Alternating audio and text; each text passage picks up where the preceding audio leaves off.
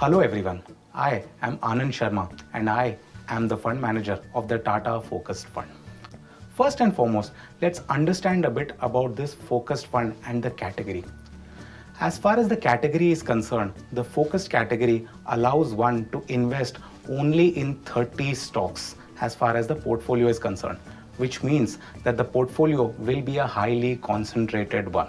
The endeavor here when somebody is investing in 30 stocks will be A, to build a highly concentrated portfolio, and B, to invest in only the top and high conviction ideas. As far as 2026 is concerned, the Indian economy continues to be in a pretty good shape, and many of the domestic sectors should continue to participate in the growth story of the country.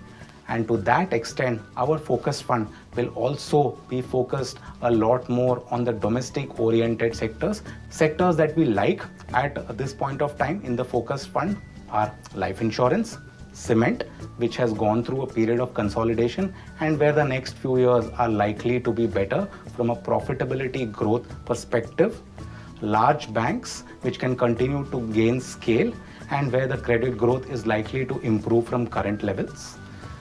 Power, which is expected to show an improvement in demand over 2026, and consumption related sectors which should continue to benefit from the GST and the income tax rate cuts that we've just seen in the previous year.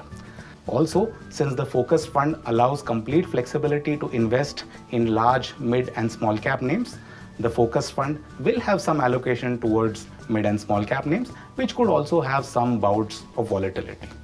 The focused fund is an ideal investment vehicle for someone looking to invest in the markets with a medium to long-term viewpoint.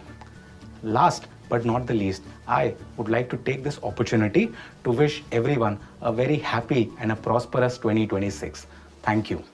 Mutual fund investments are subject to market risks. Read all scheme-related documents carefully.